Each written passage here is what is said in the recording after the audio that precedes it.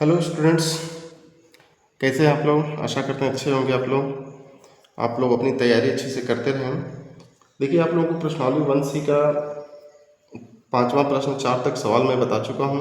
उसे एक दो बार आप लोग देख करके सॉल्व कर लीजिए। बहुत आसान विधि से मैं समझाया हूं, सभी लोगों को समझ में आ गया होगा। जो बच्चे गणित में अपने आप को कमज़ोर समझते हैं वो लोग थोड़ा सा मेहनत करें, उनकी भी गणित अच्छी हो जाएगी, वो भी अच्छे मार्क्स ला सकते हैं। देखिए, प्रश्न आपके सामने कर रहा है कि 2 करड़ी में 45 प्लस 3 करड़ी में 20 है। अब पूरे के बटे क्या है, 3 करड़ी में 5 का सरलीकरण कीजिए तथा बताइए कि प्राप्त संख्या परिमेय है कि अपरिमेय। परिमेय और अपरिमेय संख्या हमने बता चुके हैं अपने पहले की वीडियो में। हम परिमेय और अपरिमेय पूरे बाकायदे से इसकी परिभाषा लिख करके हमने समझा दिया कि कैसी संख्याएं परिमेय होती, कैसी अपरिमेय होती। ठीक है, तो यहाँ पर हम लोग सॉल्व करते हैं। देखिए, आपके सामने जो प्रश्न है उसे एक बार आप नोट कर लीजिए। 2 कड़ी में 45, ठीक है, प्लस 3 कड़ी में 20। कड़ी का सवाल बहुत ही आसान होता है, बस आपको थोड़ा सा इसमें समान और असमान देखना होता है। आपके सामने ये प्रश्न है, ठीक है। आप देखिए कि ये यहाँ पर जो ये करणी बनी है, इस करणी के यहाँ पर अगर कोई पावर नहीं होता, जैसे आपको समझा रहे हैं यहाँ पे ये करणी है, ठीक है ना। इस करणी के यहाँ पर कोई पावर नहीं, तो इसको यहाँ पर क्या छिपा होता है, 2 घात होता है। कितना छिपा होता है, 2। 2 नहीं लिखा जाता है, वो माना जाता है छिपा होता है कि यहाँ पे 2 करणी में है, ठीक है। लेकिन अगर 2 की जगह अगर कोई संख्या रहेगी तो वहाँ पर लिखा जाता है, जैसे 3 हो गया, चाहे 4 हम कर दें इस तरह से, तो ये घात लिखा जाता है। 2 नहीं सॉरी 2 नहीं लिखा जाता है, ठीक है। तो इसे हम लोग ऐसे लिख देते हैं, एक करड़ी में ऐसे बना देते हैं। तो अगर करड़ी केवल बनी हुई है, यहाँ पर कोई पावर नहीं है, तो आप 2 समझेंगे। तो करड़ी के जोड़ घटाना में आपको देखना होता है कि करड़ी आपकी समान है कि असमान है, ठीक है। तो पहली बात की पावर को देखते हैं। पावर यहाँ पे 2 है, यहाँ पे 2 छिपा है, बराबर है, यानी करड़ी बराबर है। करड़ी के अंदर का जो मान है वो आधार होता है, करड़ी जो है घात होती है, ठीक है।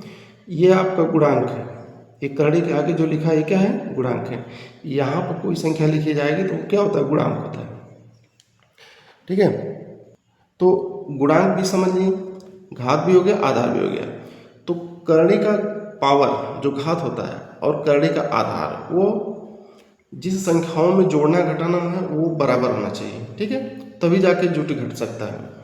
ऐसे आपको कह दिया जाए कि इसे जोड़ लीजिए तो नहीं जोड़ पाएगा, जब तक इसके अंदर का बराबर ना हो और घात बराबर ना हो। यहाँ पर जो गुणांक होता है यह समान हो चाहे असमान हो, उसे कोई फर्क नहीं पड़ता, केवल आपका घात और आधार बराबर होना चाहिए, ठीक है। तो इसे बराबर करने के लिए क्या करेंगे, हम लोग नीचे से सॉल्व करते हैं, ठीक है। जैसे 2 करड़ी में इस 45 का फैक्टर करेंगे, ठीक है ना।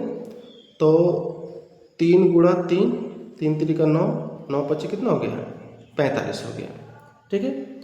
उसके बाद प्लस ये 3, 20 को भी खंड कर लीजिए, 2 2 ना 4, 4 5 20। अगर पहले से अगर बराबर रहता तो ये सब परेशान होने की जरूरत नहीं होती, लेकिन अगर बराबर नहीं है, 45 या 20 है, तो इसे बराबर करना है तो इसका फैक्टर करेंगे। फैक्टर करके इसको छोटा रूप बनाएंगे। और कह रहा सरलीकरण भी करने के लिए कह रहा है, इसे जितना सरल हो सके उसे कीजिए। 3 और एक करड़ी में 5, 5 का कोई फैक्टर नहीं, हालांकि इसको 1 गुणे 5 लिख सकते हैं, लेकिन कोई मतलब नहीं है, ठीक है। तो देखिए, यहाँ पे जितना पावर होता है उतनी संख्याओं का जोड़ा बनाते हैं, लेकिन संख्या समान होनी चाहिए, बराबर होनी चाहिए। यहाँ देखिए 2 छिपा हमने बताया यहाँ पे, तो जब यहाँ 2 छिपा तो 2 संख्याओं का जोड़ा, और दोनों संख्या एक जैसी होनी चाहिए। देखिए 3 और 3 एक जैसी है, ऐसा नहीं कि 3 और 5 का हम 2 संख्या बना दे जोड़ा, समान संख्याओं का। देखिए यहाँ पर ये यहाँ पर भी बन गया। तो जो बन गया तो क्या करिएगा, ये तो गुणांक पहले से है, और जिसका जोड़ा बना उन 2 संख्याओं में से एक संख्या बाहर आ जाएगी गुणांक रूप में, और जो जोड़ा नहीं बना है वो संख्या अंदर ही रह जाएगी अंडर रूट के हिसाब से। अगर पूरी संख्याओं का जोड़ा बन जाता तो पूरी संख्या बाहर निकल जाती सॉरी, तो ब्रैकेट हट जाता है। जैसे देखिए अगर अंदर आपका 3 गुणा 3 गुणा 5 गुणा 5 अगर मान लीजिए ऐसा मिल गया तो इसका भी जोड़ा बन गया, इसका भी जोड़ा बन गया, पूरे पूरे का जोड़ा बन गया, तो इसका एक संख्या निकल जाएगा, इसका एक निकल जाएगा, अब कोई बचा नहीं है तो ब्रैकेट हट गया।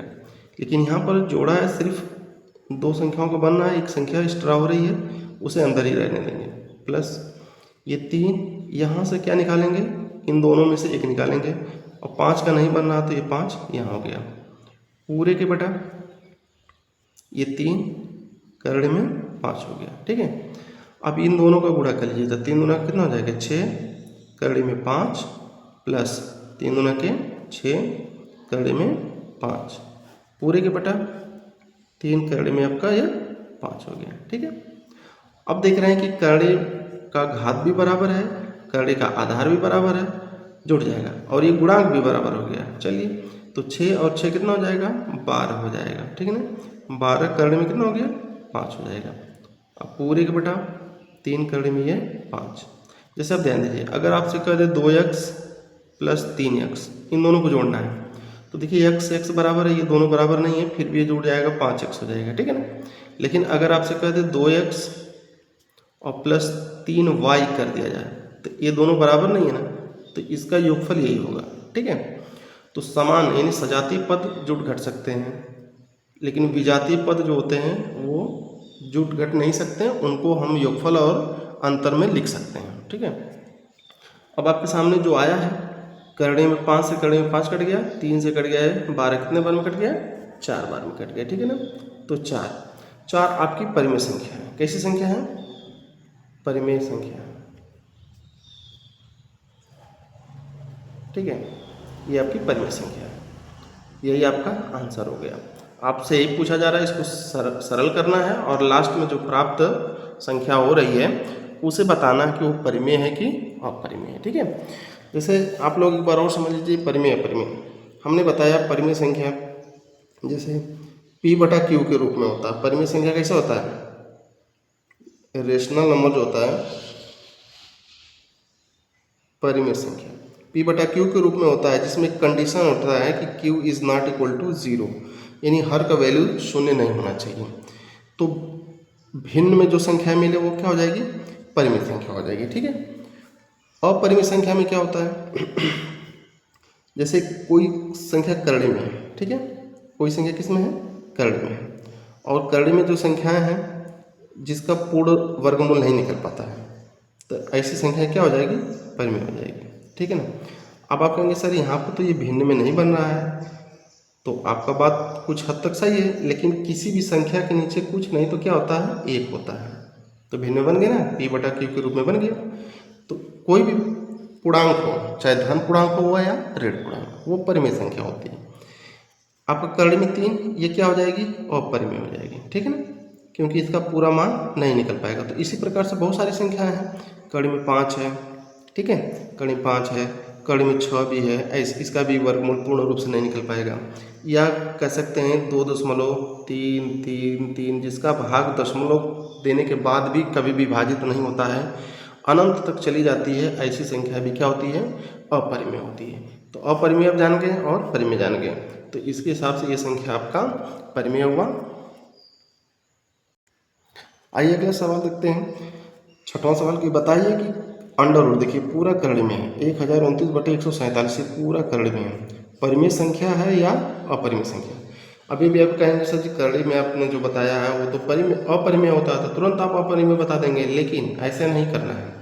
कुछ संख्याएं ऐसी होती है जिसको सॉल्व किया जाता है। जैसे आपसे कह दिया जाए कि करड़े में 9, कह देंगे कि करड़े में 9, क्या यह अपरिमेय है, तो करड़े में 9 का वर्गमूल पूर्ण रूप से निकल जाता है। ठीक है ना, तो यानी यह पूर्ण वर्गमूल आपका बन जा रहा है, तो 3 के नीचे कुछ नहीं, 1 है, 3/1 यानी p/q के रूप में बन गया, तो ये परिमेय हो गया।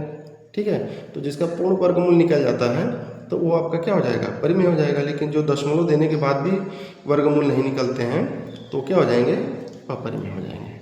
ठीक है, तो इस तरह से आप करड़ी केवल देख करके अपने आप को डिसाइड करेंगे कि नहीं ये तो अपरिमेय हो गया, तो ये गलत है, इसे सॉल्व कीजिए। ठीक है ना, थोड़ा सॉल्व करके देख लीजिए।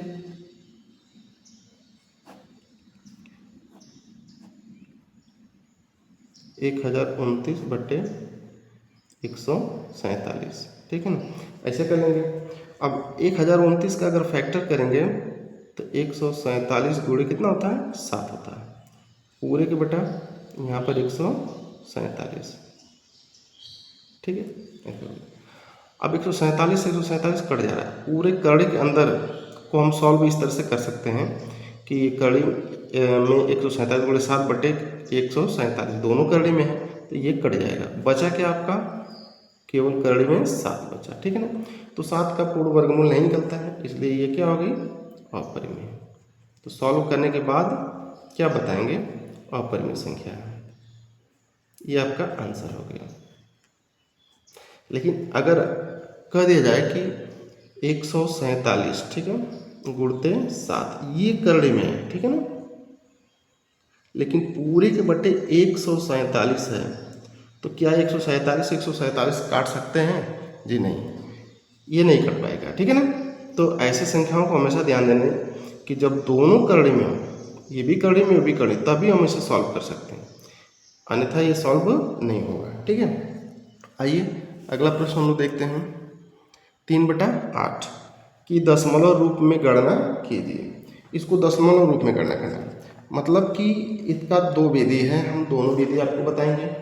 एक तो आसान विधि है जो आप लोग हमेशा से करते आए हैं, जैसे आपसे 3/8 का मतलब कि 8 से 3 में भाग करना है, ठीक है ना, इस तरह से, और भाग करना है तो दशमलव रूप में गणना, यानी कि दशमलव में हमें भाग लेके जाना है। 8 की भाग 3 में जाएगी, नहीं जाएगी, तो क्या करेंगे, शून्य बनाएंगे, यहाँ दशमलव बनाएंगे तो यहाँ पे एक जीरो बढ़ जाएगा, 30 हो गया।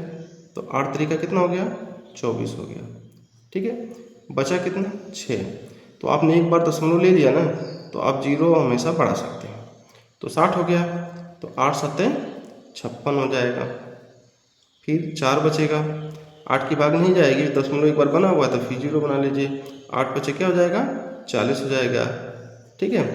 तो इसका यानी कि 3 बटा जो आपका 8 है, इसका दशमलव प्रसार क्या हो जाएगा, 0.375, आपका आंसर हो गया। लेकिन ये तो छोटा विधि जो आप लोग कक्षा 4 में, 3 में, 5 में पढ़ते हुए आए हैं कि हम दशमलव में भाग ले करके जाते हैं। यहाँ पर थोड़ा सा आप यूनिक मेथड लगाइए, जो आप लोग अपने लेवल से पढ़ रहे हैं उसके हिसाब से सॉल्व किया जाए, ठीक है ना। जैसे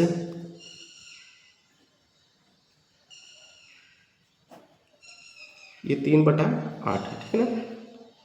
तो ऐसा करें कि ये जो 8 है यहाँ पर 100 बन जाए, अगर 100 नहीं बन रहा है तो 1000 बन जाए, क्योंकि हम किसी भी संख्या में 100 से, 1000 से, 10 से, ऐसे संख्याओं से या 1 लाख से भाग देते हैं, वो संख्या आसानी से भाग चली जाती है, बिना भाग दिए ही आप आंसर बता सकते हैं।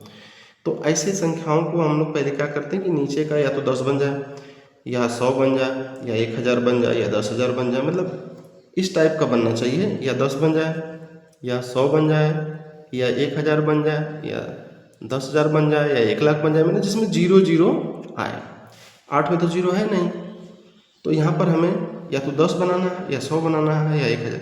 तो बताइए कि 8 में किसी ऐसी संख्या से हम गुणा करेंगे कि 10 होगा, कोई संख्या ऐसी नहीं है। क्या हम 8 में ऐसी संख्या से गुणा करें जो 100 होगा, तो ऐसी भी नहीं है। क्या 8 में हम ऐसी संख्या से कोई से गुणा करें जो 1000 होगा, तो जी बिल्कुल है, जैसे 3/8 है, ठीक है। तो अब ऐसे इसमें 125 से ऊपर गुणा, 125 से नीचे गुणा कर देंगे, ठीक है। तो जब गुणा करेंगे तो इसका गुणा करेंगे तो 3 5 6 15, 3 दूना 6 1 7, 3 1 3, कितना आ गया। अब बट्टे 8 5 40 को 0, 8 दूना 10, 8 दूना 16 4, 20 को 0, 8 1 8 2 10, 1000 आ गया। अब इसका इसमें भाग देंगे तो देखिए, भाग देने के लिए इसमें कितने जीरो हैं, 3 जीरो हैं, तो ऊपर वाली संख्या में 3 अंक के बाद दशमलव बना देना है। तो ऊपर वाली संख्या क्या है, 5 है, 7 है, 3 है, यहाँ क्या बना देंगे, 3 अंक के बाद 1 2 3, देखिए 1 2 3, 3 अंक के बाद क्या बना देंगे, दशमलव बना देंगे, और यहाँ जीरो बना दीजिए, ठीक है ना। तो आपका देखिए वही मान आया कि नहीं आया। थोड़ा सा एक लॉजिक और लगाइए कि ऐसे ढूंढना पड़ रहा है ना, कि हम किस संख्या से गुणा करें कि 1000 हो जाए, 100 हो जाए। एक और हम मेथड बता रहे हैं, जैसे 3/8 है तो 8 को 2 पर 3 लिख सकते हैं, 8 को 2 पे 3, जैसे 8 को लिख सकते हैं 2 गुणा 2 गुणा 2, 2 दूना 4 दूना 8, 8 हुआ, तो इसका मतलब 2 पे कितना घात हो गया, 3 घात कर सकते हैं। अच्छा, तो अब यहाँ 2 आ गया, 2 में हम किससे गुणा करेंगे तो क्या हो जाएगा, 10 हो जाएगा, बताइए। तो 5 से गुणा करेंगे, 5 गुना 10। तो आप क्या करिएगा कि ऐसे गुणा करिएगा, गुणक चिन्ह 5 ले लीजिए, ठीक है। लेकिन गौर कीजिएगा कि 5 अगर आप नीचे ले रहे हैं तो इन दोनों का गुणा करना है, इन दोनों क्या करना है, गुणा, 5 गुना के 10। लेकिन ऐसे नहीं हो पाएगा, जितना घात इस संख्या पर उतना ही घात इस पर भी होना चाहिए, तो 3 यहाँ कर लीजिए, ठीक है। तो जितना आपने नीचे किया है उतना ही आपको ऊपर करना होगा, ठीक है। ऐसे ढूंढने में से अच्छा कि इसको छोटा कर दीजिए, और छोटी संख्या में कौन सी संख्या से गुणा करेंगे जो 10 बन जाए, 100 बन जाए, ऐसे ना। तो 5 गुना के 10 आराम से हो जाएगा। जितना संख्या बन रहा है उतना ही ऊपर आपको लिखना होगा, यानी जितनी संख्या से भाग देते हैं उतनी संख्या से क्या किया जाता है, गुणा किया जाता है। एक बात। दूसरी बात है कि ये घातांक का नियम होता है। घातांक का नियम क्या कहता है कि अगर m पर पावर n है, ठीक है ना, अच्छा, फिर गुणा n पर पावर n है, तो m और n ये दोनों अलग अलग हैं और ये दोनों क्या है, बराबर है, तो इन दोनों का गुणा हो जाएगा, तो m n और इस पर घात, ये दोनों n में से एक ही n लेते हैं। जब घात बराबर होता है तो आधार का गुणा होता है, ये ध्यान रखना। इसीलिए घात को बराबर किया गया है, यानी कि 5 यहाँ 2 पे 3 है, तो यहाँ पर ऐसी संख्या लीजिए, उस पर 3 बना दीजिए।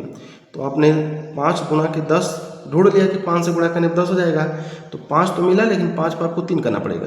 अगर यहाँ 2 पे 2 घात रहता तो 5 पे 2 घात किया जाता, 2 पे 4 घात रहता तो 5 पे 4 घात कर लिया जाता, ठीक है ना। यानी कि इसके बराबर आपको करना पड़ेगा, पावर भी बराबर। तो जितनी संख्या बन रही है उतनी ही ऊपर लिख देना है, बस। अब क्या करना है, 5 पे 3 का मतलब जाने जाए 125, ये 3 गुणा 125। और अभी अभी हमने बताया है कि अगर घात बराबर होते हैं तो आधार का गुणा हो जाता है, तो 5 गुना के 10 हो गया, और ये 3 और 3 बराबर है तो इस पर ये 3 लिख दिया जाएगा। फिर उसके बाद 3 का गुणा इसमें करेंगे तो वही 375 आ जाएगा। अब बटे 10 पर 3 का मतलब क्या होता है कि हम 1 बना के 3 जीरो, जितना घात होता है उतना जीरो बना देंगे, 1000 हो जाएगा, गुणा हो जाएगा, गुणा भी करने की जरूरत नहीं पड़ेगी। 1000 से भाग दीजिए, अभी अभी हमने यहाँ पर बताया है, तो वही 0 क्या आ जाएगा, 375 आ जाएगा, ठीक। तो 3/8 को हमने 3 तरीके से बताया है, जो तरीका आपको अच्छा लगे उस तरीके से आप सॉल्व कीजिए, कोई दिक्कत नहीं है। आइए अगला सवाल में देखते हैं 8वां।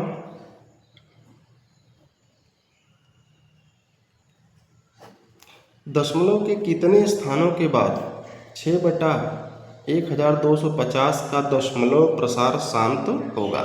देखिए, शांत और अशांत ध्यान दीजिए। देखिए, जैसे आपके सामने एक संख्या है, जैसे आपके सामने कोई संख्या है, जैसे आपका 16, ठीक है ना। 16 में आप अगर 5 से भाग देते हैं, पहले 2 से दे लीजिए, 2 8 कितना हो गया, 16 हो गया, कट गया ना पूरा पूरा। इसका मतलब कि अगर 16/2 है तो ये शांत होगा, क्या होगा, शांत होगा, यानी भाग चली जा रही है पूरी पूरी। अगर हम 16 में मान लीजिए 5 से भाग देते हैं, ठीक है ना, तो 5 गुना के क्या हो गया, 5 3 15, 3 बार भाग जाएगी, 5 3 15, तो 1 बचा। अब भाग नहीं जाएगी तो दशमलव बना के 0, 5 गुना के 10, तो यहाँ पर दशमलव देने के बाद भी भाग पूरी पूरी चली जा रही है। तो अगर 16/5 है तो ये भी क्या होगा, शांत होगा। दशमलव प्रसार करने के बाद भी भाग चली जा रही है, पूरी पूरी कट जा रही है, ठीक है। लेकिन अगर आपसे कह दें कि 20/6, क्या यह शांत है कि अशांत, ठीक है ना। देखिए, जब पूरी पूरी भाग चली जाएगी तो यानी आपका 16/2 है, ये क्या है, शांत है। यहाँ पर 16/5 है, ये भी क्या हो गया, ये भी शांत है। लेकिन इसको चेक करिए, क्या 20/6 अगर है तो 6 से हम भाग देंगे, इसका दशमलव प्रसार करने के बाद शांत है कि अशांत है। तो देखिए यहाँ पर यहाँ पर 20 लिख लीजिए, 6 से भाग देना, ठीक ना। तो 6×3 18, 2 बचा, दशमलव लगेंगे, फिर 0, फिर 6×3 18, फिर 2 दशमलव है ना, 0, फिर 6×3 18, फिर 2 दशमलव बना हुआ है, 0 बनाते चले, 6×3 18। देखिए ये कटेगा, कभी नहीं कटेगा, ठीक है ना। ये दशमलव के बाद भी भाग चली जाएगी, कभी कटेगी नहीं, तो ये क्या हो जाएगा, अशांत हो जाएगा, ठीक है ना। तो आपने शांत और अशांत समझ लिए। इसी तरीके से यहाँ पर कह रहा है कि 6/1250 से हमें 6 में भाग देना है, और भाग देने के बाद हमें पता करना है कि क्या यह संख्या शांत है कि अशांत है, ठीक है। तो 1250 इतनी बड़ी संख्या है, 6 में भाग देना है। तो आपको, आप चाहें तो आप ऐसे भी भाग दे करके पता कर सकते हैं, ऐसे भी भाग दे करके आप पता कर सकते हैं, लेकिन मैंने बताया कि इसे ऐसा कीजिए कि नीचे 1000 हो जाए, 100 हो जाए, 10,000 ऐसे कुछ हो जाए, बन जाए, जिससे आपको बहुत ज़्यादा भाग करने की परेशानी ना हो। तो देखिए 6/1250 यानी 1250। अभी अभी हम लोग पिछले सवाल में पढ़ा गया था कि 125 में 8 से गुणा करने पर 1000 हो रहा था ना। तो इसका मतलब 8 से हम ऊपर भी गुणा कर दें, 8 से नीचे भाग कर दें, जितनी संख्या से गुणा उतनी संख्या से भाग, ताकि ये कट जाएगा तो मान में कोई बदलाव नहीं होगा, वही संख्या रह जाएगी। इसलिए जितनी संख्या से गुणा करते हैं उतनी संख्या से भाग किया जाता है, इसलिए बैलेंस करने के लिए, ठीक है।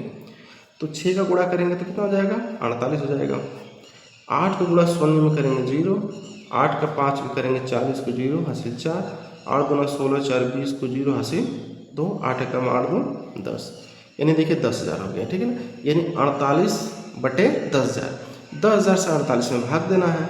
अब कहेंगे सर ये तो पहले वाली से बड़ी संख्या बन गई, तो बड़ी बन जाए इसीलिए तो कहा जा रहा है कि 1000 हो जाए, 1,00,000 हो जाए, 10,000 हो जाए, 100 हो जाए, यही तो बनाना है कि इसे भाग देने में आसानी होती है। कैसे, 1 2 3 4, जिससे भाग देना उसमें कई जीरो है, 1 2 3 4, ऊपर में कई अंक है, 2 अंक है, तो 48 लिख लीजिए, 2 अंक है। आपको 4 अंक के बाद दशमलव बनाना है, लेकिन इसमें 2 ही अंक है, तो 2 0 बना लीजिए, बन गया। तो 1 2 3 4 अंक बना, यहाँ पर आप दशमलव बना लीजिए, यहाँ 0 बना लीजिए, आपका बाकी प्रक्रिया कंप्लीट हो गई।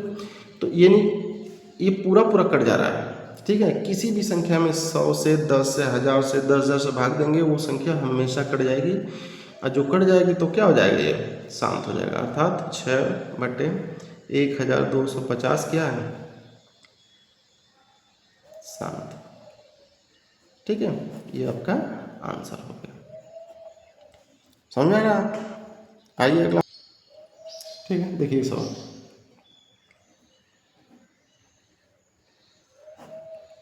करा बिना भाग विधि के 15/4 + 5/40 को दशमलव रूप में व्यक्त करना है, ठीक है। आपके सामने 15/4 है प्लस 5/40 है, ठीक है। इसी को दशमलव रूप में बदलना है।